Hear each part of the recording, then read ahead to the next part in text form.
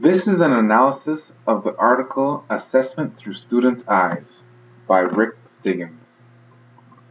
Rick Stiggins founded the Assessment Training Institute, which provides development and assessment for teachers and school leaders.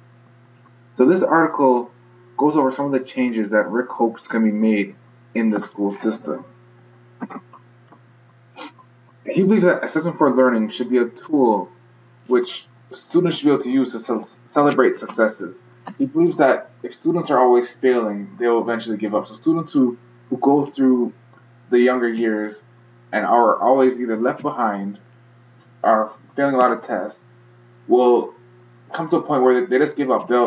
They won't even pay attention anymore because they don't believe that they're able to handle the problems that are being given to work through any of the questions that are being given in class. They've essentially given up. So what he believes that we need to do is we need to set students up for success. We need to go about giving them examples of what we expect from them. So, for example, if you have an assignment due, give them an example of a good assignment and an example of a bad assignment. Have them tell you the difference between the two assignments so that they can illustrate or they can show that they know what you're expecting. And once they actually gone over this, once they've evaluated the work, they can now assist in making the rubric for the assignment. They can say what should be expected of them. On top of that, also have students self-evaluate and peer evaluate. Again, once they've made the rubric now, they know what's expected, they should be able to evaluate themselves and they can help their peers to make sure they've lived up to the expectations that they've set for themselves.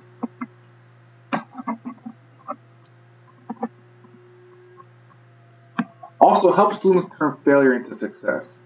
To do this, you need to continually go over concepts and determine as a group how to eliminate problems.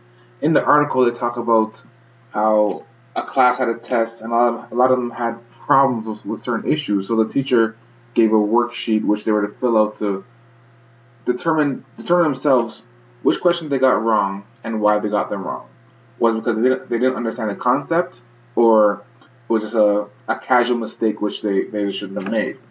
And once both parties have realized what the issues are, you can go over those concepts with them to help them realize, or to teach them the concept that they didn't know, and to go about finding a way where they can eliminate making these casual mistakes in the future. So you want them to learn through their failures. Turn the failures into success. Make them learn from the mistakes they made. All these topics and strategies can be related back to growing success. Growing success says the primary purpose of assessment is to improve student learning. And going back to our original statement of learning through small successes, if students are having small successes, they're going to want to learn.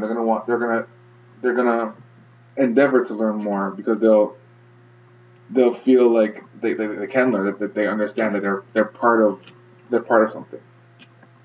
Also, ensure that students and teachers have a common and shared understanding of goals.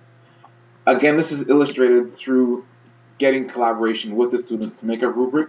This is a really good idea as everyone's involved, everyone knows what's expected, and the students feel like they have ownership of what they're doing as well.